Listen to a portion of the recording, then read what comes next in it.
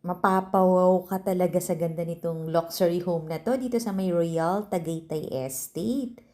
Meron tong lot area na 475 square meters at floor area na 400 square meters. Kaya may garden ka sa harap, meron din dun sa likod. At pagpasok mo, ang taas ng ceiling dito sa may area na to. At bagay nga to sa mga big families kasi meron tong total of 6 bedrooms. May office pa. Tapos kita mo yan, ang laki ng garden. Pwede ka rin magpalagay ng swimming pool. At yung likod niyan, golf course. Kaya kung mahilig kang mag-golf, meron kang exclusive access dyan. At syempre, wala nang itatayo dyan na bahay kaya napaka-presko ng hangin mo dito sa bahay mo. Ito yung dining area malapit sa garden. Tapos, ang ganda rin ng kitchen. Ito yung show kitchen. Meron na ring range at saka oven. Meron pa tong daily kitchen.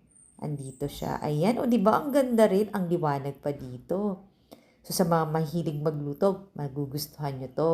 At bagay ito sa big families kasi meron siyang 6 bedrooms. May office pa nga. Ang maganda yung master bedroom nandito sa ground floor. Meron siyang bathtub. Naka-enclose pa yung iyong water closet. At may double sink. O di ba ang sosyal.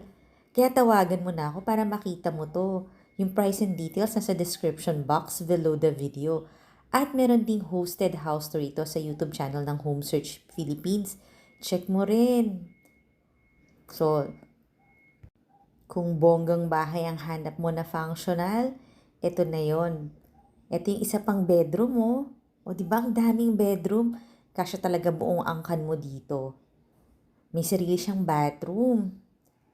Sana makita mo to sa personal kasi talagang pulido ang pagkakagawa at ang ganda-ganda ng location dito sa may Tagaytay Royal Estate.